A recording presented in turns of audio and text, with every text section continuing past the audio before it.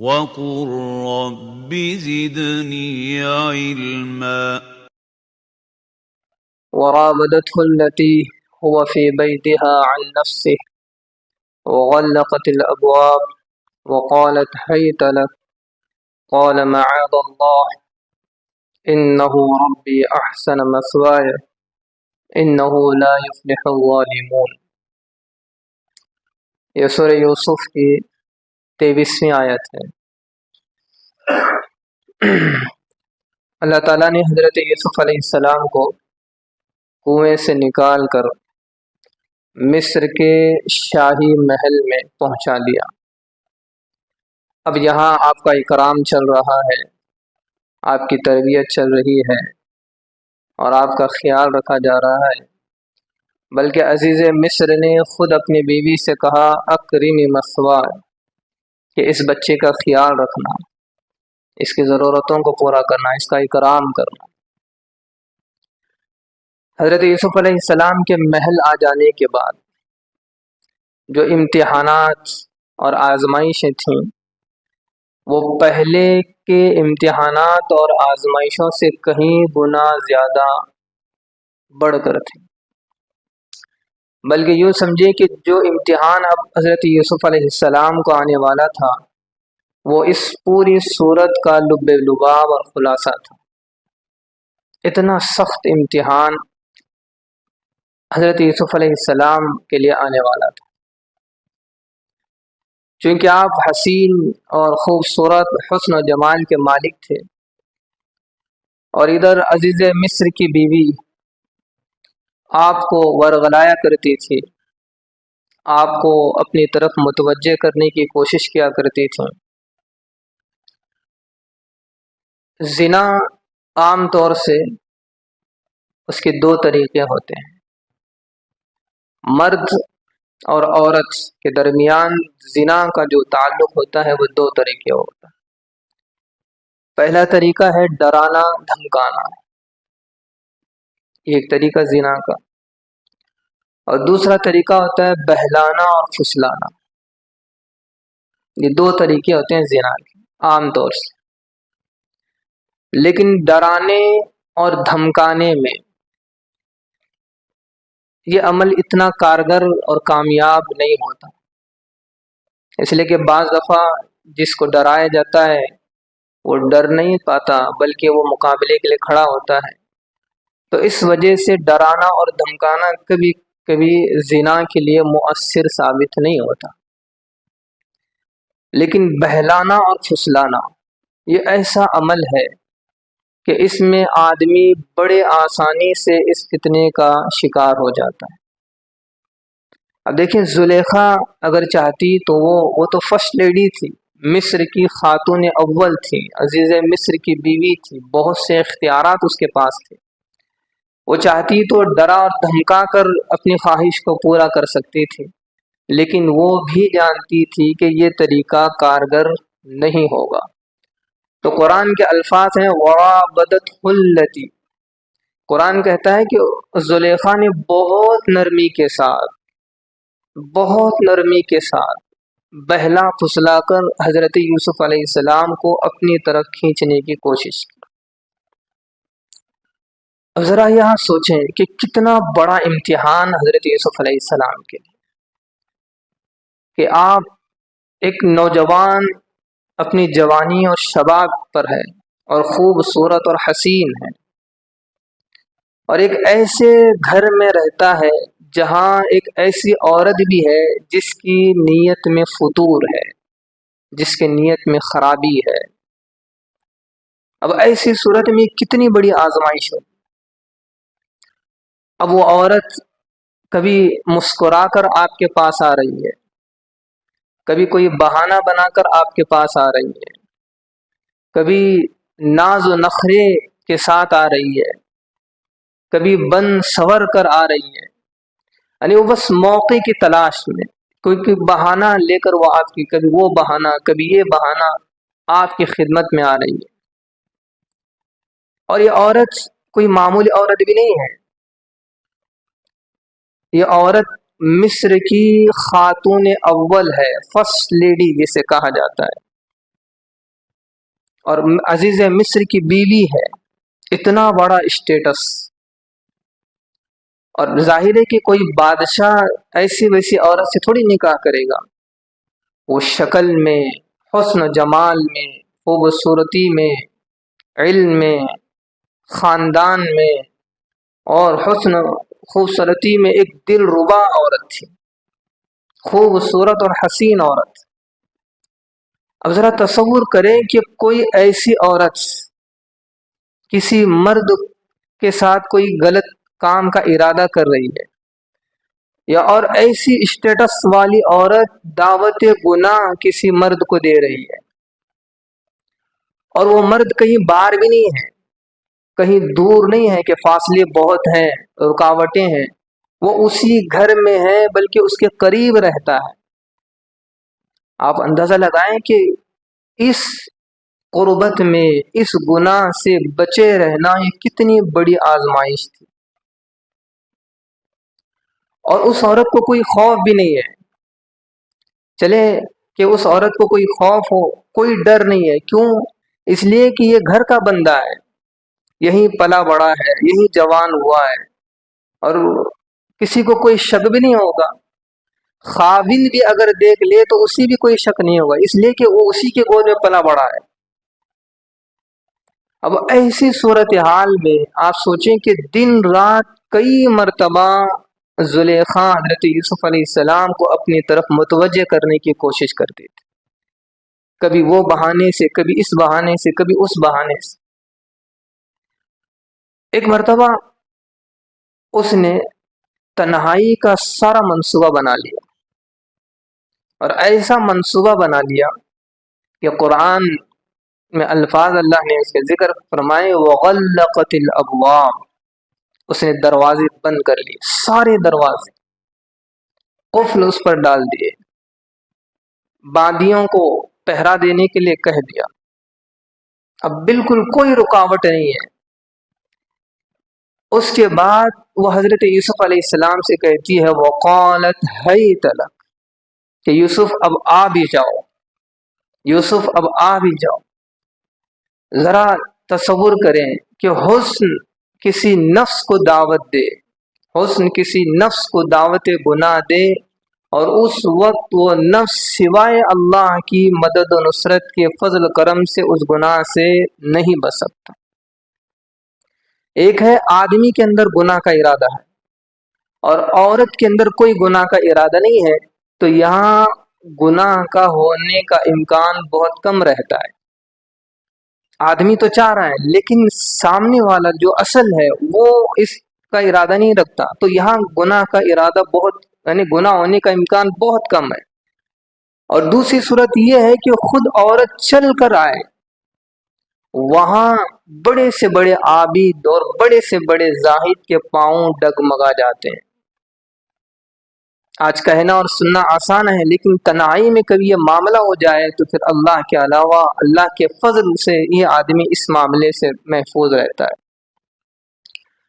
اب زلیخا نے کہا کہ یوسف آ جاؤ، ہو سکتا ہے کہ اس نے پیش قدمی کی، ہاتھ بڑھایا ہوگا، تو حضرت یوسف علیہ السلام نے فوراً کہا، قال معاذ اللہ، میں اس حرکت سے اور اس گناہ سے اللہ کی پناہ چاہتا ہوں۔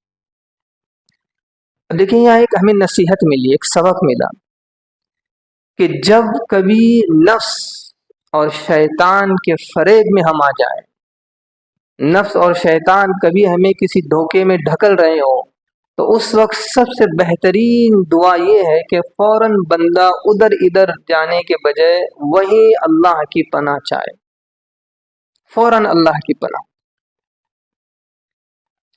قرآن میں کئی ایسے واقعات آئے ہیں، اللہ نے اپنے بندوں کے واقعات ذکر کیے ہیں، جنہوں نے مصیبت کے وقت، آزمائش کے وقت، امتحانات کے وقت، فتنوں کے وقت جب انہوں نے اللہ کی پناہ چاہی، اللہ نے انہیں ان فتنوں سے محفوظ کیا ہے۔ قرآن مجید میں کئی ایسے واقعات ہیں۔ تو یہاں نصیحت ہے کہ جب کبھی اس قسم کے گناہ میں محسوس ہو کہ میں مبتلا ہو سکتا ہوں، تو فوراً اللہ کی پناہ چاہے، جیسے حضرت یوسف علیہ السلام نے کہا، قال معاذ اللہ۔ اور پھر آگے ایک عجیب جملہ حضرت یوسف علیہ السلام نے کہا، آپ نے کہا انہ ربی احسن مثوا، آپ نے کہا کہ میرا مربی وہ بہت اچھا ہے، اس نے میرا بہت خیال کیا ہے۔ اب یہاں دیکھیں کہ ایک عورت زنا کے لیے آ رہی ہے، اور یہاں اس وقت کیا کہنا چاہیے اس کو سمجھانے کے لیے؟ تو یہ کہنا چاہیے کہ بھئی زنا شریعت میں حرام ہے، یہ بہت گندی چیز ہے، یہ بہت بڑا گناہ ہے، جرم ہے۔ حضرت یوسف علیہ السلام نے یہ والی بات نہیں کی۔ آپ نے زلیخا سے یہ نہیں کہا کہ بھئی یہ گناہ ہے، شریعت میں حرام ہے، بہت بڑا جرم ہے۔ آپ نے اسے عجیب بات کہی۔ آپ جانتے تھے کہ اس وقت اگر میں یہ بات کہوں تو اس پر گناہ کا جذبہ غالب ہے، شہوت کا غلبہ ہے۔ اگر میں اس وقت یہ بات بھی کہوں تو وہ بات نہیں سمجھے گی۔ دیکھیں یہاں ایک اور بات ہمیں سمجھ میں آتی ہے کہ اس سے یہ پتہ چلا کہ بات صحیح ہو، لیکن بات صحیح ہے وہ بات ہر جگہ کہنے کی بھی نہیں ہوتی۔ موقع محل دیکھنا چاہیے کہ کہاں یہ بات میں کہوں یہ فٹ ہوگی یا نہیں۔ یا بعض دفعہ ایسا کہ کوئی ایسے موقع ہوتے ہیں کہ وہاں شریعت کی بات بتانے کے بجائے عقلی بات اسے سمجھانی ہوتی ہے۔ بہت سے لوگ شریعت کی بات نہیں سمجھ سکتے، تو وہاں انہیں عقلی دلائل دینا پڑتا ہے تاکہ وہ عقل کے ذریعے سے ان کو اس بات کو سمجھے۔ اب یہاں دیکھیں حضرت یوسف علیہ السلام نے شریعت کی کوئی بات نہیں کی، یہ نہیں کہا کہ زنا حرام ہے، اللہ کو ناراض کرنے والا عمل ہے۔ حضرت یوسف علیہ السلام نے اسے عقلی دلائل دی، انہ ربی احسن مثوا۔ عقلی دلیل عجیب دی، کہا کہ میرا مربی عزیز مصر، اس نے مجھے اتنی محبتوں سے پالا ہے، اتنی چاہتوں سے پالا ہے۔ میری بولی لگ رہی تھی بازار میں، وہاں سے اٹھا کر محل لایا اور میرا اتنا اکرام کیا، میں اس کا کیسے احسان فراموش بنوں؟ میں اس کے مال میں کس طرح خیانت کروں؟ میں اس کی وفا کا وفا کا جذبہ یہی ہے کہ میں اس کے ساتھ بے وفائی کروں۔ آپ نے عقلی بات کہی۔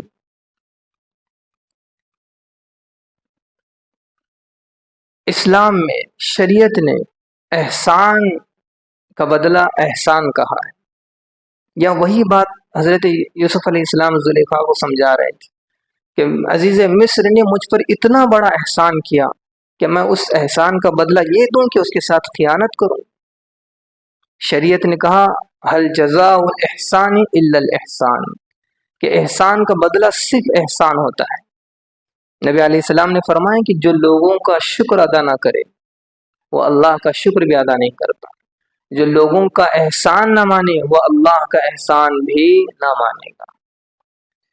احسان کے معاملے میں ہم سے کہیں گنا زیادہ بہتر جانور ہیں۔ آپ کتے کی مثال لیں، لوگ کتے کو حقیر نگاہ سے دیکھتے ہیں، عجیب نگاہ سے دیکھتے ہیں، بلکہ اگر کسی کو گالی بھی دینی ہو تو لفظ کتا استعمال کیا جاتا ہے۔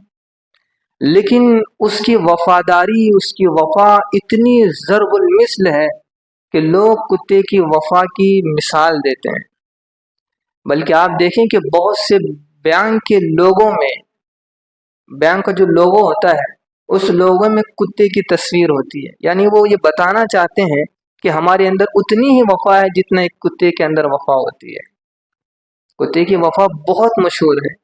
آپ ایک آدھ ٹکڑا روٹی کا ڈالیں پھر وہ آپ کے در کو کبھی نہیں چھوڑے گا، وہ آپ کے در کو چمٹ کر رہ جائے گا، جان دے دے گا لیکن آپ کا در نہیں چھوڑے گا۔ یہ وفا کتے کے اندر ہوتی ہے۔ شریعت نے ہمیں یہ سمجھایا کہ احسان کا بدلہ احسان ہونا چاہیے، بلکہ شریعت نے یہاں تک کہا کہ اگر احسان کرنے والا کافر ہے، محسن کافر ہے، تو اس کا بھی احسان کا بدلہ دو۔ اور یہ نبی علیہ السلام کی زندگی میں ہوا ہے۔ قریش کے ایک سردار تھے، مطعم بن عدی، قریش کے بہت بڑے سردار۔ انہوں نے نبی علیہ السلام پر دو احسانات کیے، دو احسانات۔ ایک وہ کہ تب کفار مکہ نے نبی علیہ السلام کو شیب ابی طالب کی گھاٹی میں 3 سال یا 2 سال آپ کو وہاں قید و بند کی زندگی میں رکھا۔ بہت مشکل وقت تھا شیب ابی طالب کا۔ کہ صحابہ اور نبی علیہ السلام اس میں 3 سال تقریباً رہے، بائیکاٹ، ہر چیز سے بائیکاٹ، نہ لوگوں سے ملنا ہے، نہ بات چیت ہے، نہ اس پہاڑ کی اس گھاٹی سے آ سکتے ہیں، نہ کوئی جا سکتا ہے، بالکل پابندی لگی ہوئی تھی۔ ایسے موقع پر مطعم بن عدی نے بڑے بڑے کفار سے، مشرکین مکہ سے بات چیت کر کے نبی علیہ السلام کو اس گھاٹی سے نکالنے میں مدد کی تھی۔ یہ ایک احسان تھا اس کا۔ دوسرا احسان یہ تھا کہ جب نبی علیہ السلام طائف کے سفر پر گئے اور آپ نے وہاں دعوت خدمات انجام دی، اور جب واپس آئے تو پھر مکہ کے لوگوں نے آپ سے کہا کہ اب آپ مکے میں داخل نہیں ہو سکتے، پابندی لگا دی۔ تو اس وقت مطعم بن عدی یہ واحد آدمی تھا جس نے اپنی ذمہ داری میں، اپنی امان میں نبی علیہ السلام کو دوبارہ مکے میں داخل فرمایا۔ یہ 2 احسانات تھے۔ جنگ بدر کے موقع پر جب اسلام کو فتح ہوئی تو بہت بڑے بڑے کفار کے سردار گرفتار ہوئے، قید میں آئے، تو کفار مکہ کو یہ تشویش لاحق ہوئی کہ اب جا کر نبی علیہ السلام سے کون گفتگو کرے، کون ان کفار کی رہائی کے بارے میں بات کرے۔ تو پھر لوگوں نے بہت آپس میں مشورے کیے اور یہ طے ہوا کہ مطعم بن عدی کا بیٹا، مطعم تو اس وقت انتقال کر گئے تھے، تو انہوں نے سوچا کہ مطعم بن عدی کا بیٹا زبیر بن مطعم کو ہم نبی علیہ السلام کے پاس بھیجیں، یہ قیدیوں کی رہائی کے سلسلے میں بات کریں۔ زبیر بن مطعم نبی علیہ السلام کی خدمت میں آ کر قیدیوں کی رہائی کے تعلق سے بات کرتے ہیں، تو نبی علیہ السلام فرماتے ہیں وَلَوْ كَانَ مُطْعَمٌ حَيًّا، اگر آج مطعم زندہ ہوتے اور وہ ایک مرتبہ بھی ان قیدیوں کی رہائی کے بارے میں کچھ کہتے تو میں سب کو رہا کر دیتا۔ هل جزاء الاحسان الا الاحسان، کہ احسان کا بدلہ احسان ہوتا ہے۔ نبی علیہ السلام کہ اگر آپ مطعم بھی کہتے تو میں سب کو رہا کرتا، اس لیے کہ ان کے احسانات تھے۔ یعنی کہ منافق بھی اگر کوئی احسان کیا ہوتا تو نبی علیہ السلام اس کا بدلہ بھی دیے۔ اسی جنگ بدر میں حضرت عباس رضی اللہ تعالیٰ عنہ بھی قید ہو کر آئے تھے، ابھی وہ اسلام نہیں لائے ہوئے تھے، قید میں تھے، اور کپڑے اس حال میں نہیں تھے کہ آپ کا سارا بدن ڈھک جائے۔ ایک تو رشتہ داری تھی، خونی رشتہ تھا، چچا تھے۔ نبی علیہ السلام نے دیکھا تو آپ نے ایک قمیص انہیں دی، لیکن وہ قمیص آپ کے پورے جسم کو ڈھانک نہیں رہی تھی۔ تو نبی علیہ السلام اسی سوچ میں تھے کہ وہیں رئیس المنافقین عبداللہ بن ابی بھی تھا۔ اس نے چونکہ حضرت عباس بہت قد و قامت کے حساب سے بہت بھاری تھے، اونچے تھے، اور عبداللہ بن ابی بھی اسی قد و قامت کا تھا، تو اس نے اپنا قمیص حضرت عباس رضی اللہ تعالیٰ عنہ کو دیا۔ حضرت عباس رضی اللہ تعالیٰ نے اس کو پہن لیا۔ اب یہ نبی علیہ السلام کی یادداشت میں یہ بات رہی کہ عبداللہ بن ابی نے چچا کو ایک قمیص دی تھی۔ اب دیکھیں جب اس کا انتقال ہوا، عبداللہ بن ابی کا انتقال ہوا، آپ کو پتا تھا کہ منافقین کا سردار ہے، اس کے باوجود آپ نے اپنا قمیص اس کے کفن کے لیے دیا، اس لیے کہ اس نے میرے چچا پر احسان کیا تھا، میں آج اس احسان کا بدلہ چکا ہوں۔ هل جزاء الاحسان الا الاحسان۔ اب یہاں دیکھیں حضرت یوسف علیہ السلام اس زلیخا کو یہی بات سمجھا رہے تھے۔ آپ نے شرعی دلیل نہیں دی بلکہ عقلی دلیل دی کہ عزیز مصر پر میرا اتنا احسان ہے، ان پر انہوں نے مجھ پر اتنا احسان کیا ہے، انہوں نے مجھے پالا ہے، بڑا کیا ہے، میری ضرورتوں کو پورا کیا ہے، پھر کیا اس کا بدلہ میں یہ دوں کہ ان کے مال میں خیانت کروں؟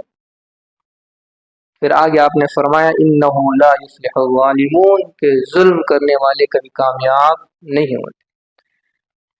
پھر آگے اس محل میں کیا ہوا، کس طرح اللہ کی مدد و نصرت آئی، اور کس طرح گواہی کا ایک عجیب و غریب نظام اللہ پاک نے بنایا، انشاءاللہ کل آگے دیکھیں گے۔ اللہ تعالیٰ سے دعا ہے کہ اللہ تعالیٰ ہمیں کہنے سے عمل کی توفیق عطا فرمائے۔